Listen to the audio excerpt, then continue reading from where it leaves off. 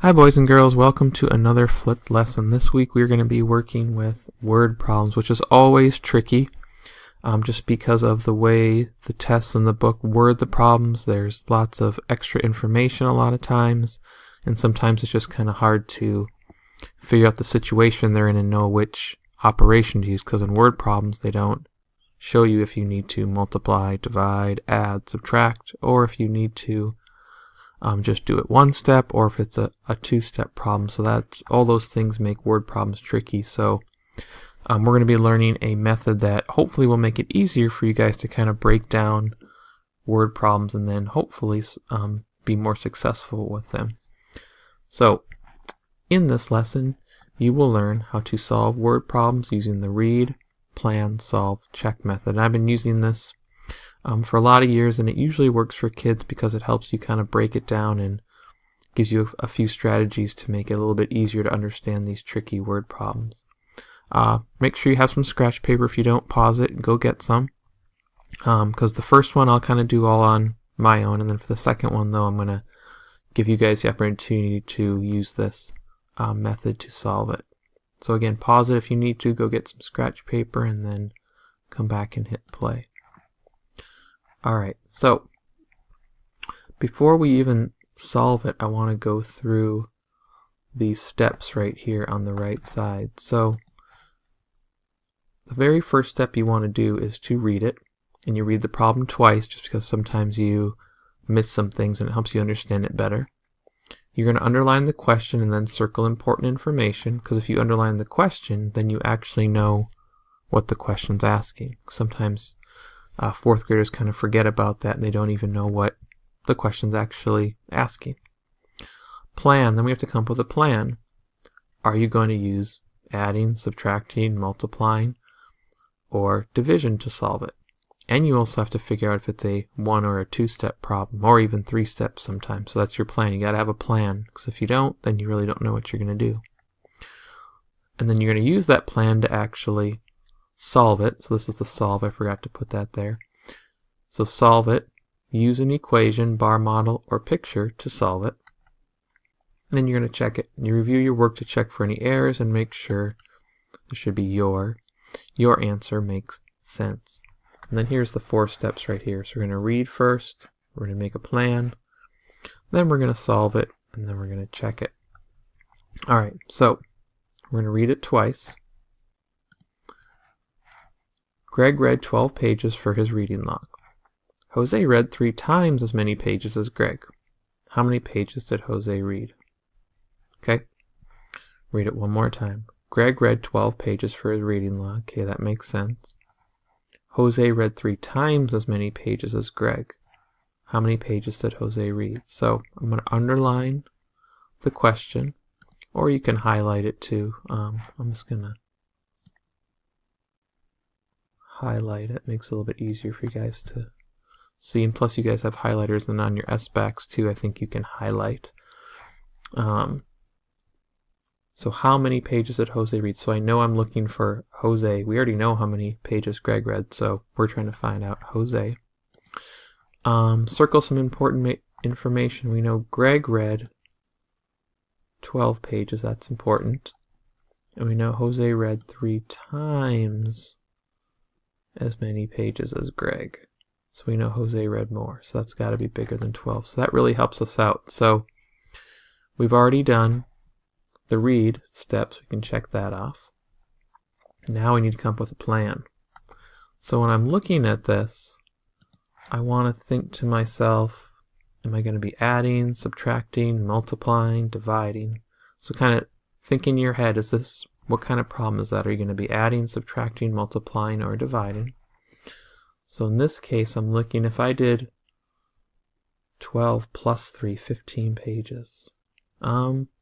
Trying to think, that doesn't seem like enough, because if Jose read 3 times as many pages, it seems like this is going to be a multiplication problem. So what I would do is I'm going to say I'm going to multiply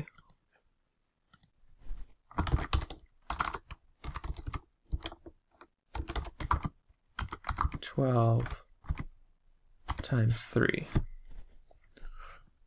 So that could be a plan. And then also, if I wanted to think of a plan too, I could also say I could draw a bar model. That could be a plan too, because we've learned that if it's a multiplication problem, drawing a bar model can be very useful. So I'm showing you two different plans you could do, but really you only need to do one to solve it, unless you really want to kind of double check. So my plan is going to be to do 12 times 3, because I'm thinking if I did 12 divided by 3, that would be 4, that'd be less, but we know Jose read more.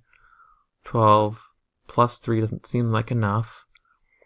And 12 minus 3, 9 pages, and that can't be right either, because Jose read 3 times as many, so we know it has to be bigger than 12. So again, see how I'm kind of talking through it, kind of understanding the problem. So then once I solve it, so now I'm actually going to solve it. So if I come down here, we had our equation. So if I did 12 times 3 equals 36 pages, so I could say Jose read 36 pages. Or if I wanted to do the bar model, which I also said I could have done the bar model, we could do 12, because this would be Greg. But then Jose read 3 times as many, so I need 3 boxes down here. So that would be 12, 12, and 12, and then this would equal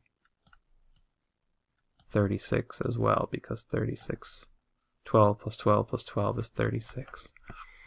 And then if I check it, the checking, so we can do a check mark here, we made a solve, we planned. Checking it, if I go back 12 times 3, if I just want to kind of double check my math, I can do this, 2 plus 2 plus 2 plus 2 is 6 here, 36, so I've checked it. So then the solution would be Jose read 36 pages. So again, working through it, I read it, I made a plan, I solved it using this case an equation and a bar model. Other ways you could do it would be a picture too in some cases. Sometimes a bar model's easy, sometimes an equation's easy, sometimes a picture's easy. Alright, again, if that one didn't make sense, just replay it, go back. If not, you can keep watching for the next one. So let's go to the next example. So this one I'm going to have you do more on your own, and then I'll kind of show you what I would have done. So what I want you to do is go through all these steps right here.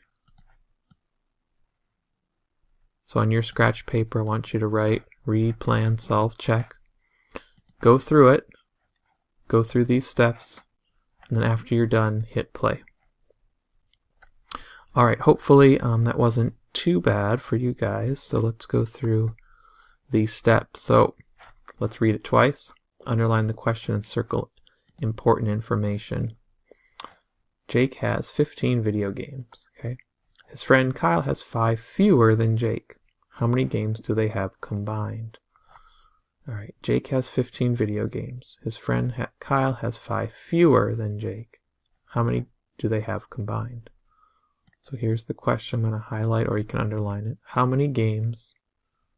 Well, this should be do they have combined. I put 2.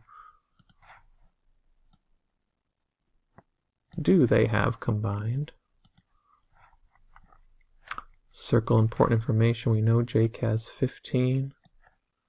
Kyle has 5 fewer than Jake. That's really important. And now we can get going. So we read it. We can put check there. Plan. Alright, so let's think of a plan now. If I'm thinking here, 15. So first, my plan would be that I need to find out Kyle's video games, because we already know Jake's. We need to find out Kyle's, because once we can find out Kyle's, we're going to have to then do something else. So if I find out Kyle's, but then I'm not done, that's not what the question's asking. The question asks how many games do they have combined. So if I find out Kyle's, then I have to add Kyle and Jake's games together. So that means I'm going to have to do 15 plus, I'll just do K for Kyle, equals the total. So my plan is to first find out Kyle's video games. So that's going to be one step. And then my second step is going to be to add Kyle and Jake's together. And 15 we already know.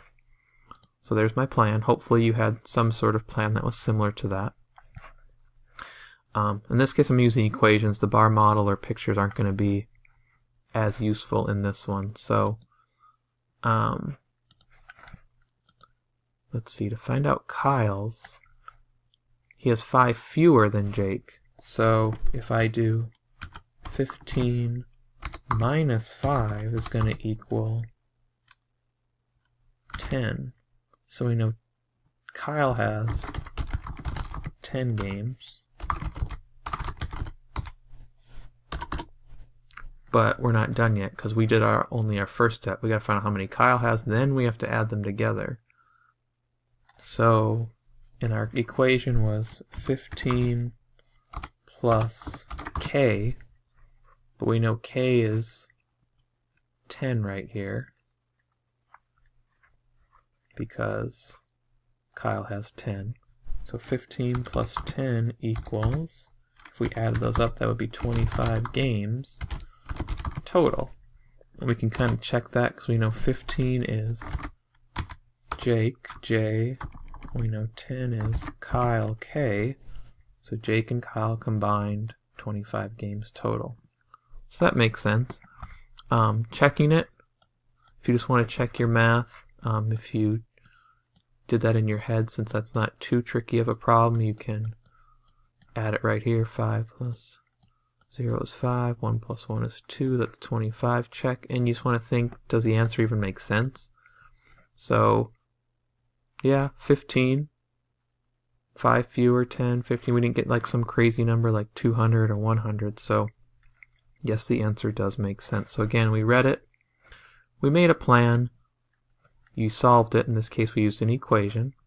Then you want to check it just to double check your math and to make sure it makes sense. So, all right, hopefully the read plan solve check will be useful to you. If it didn't quite make sense, you can watch it again. If not, you can move on to the entrance ticket, and good luck.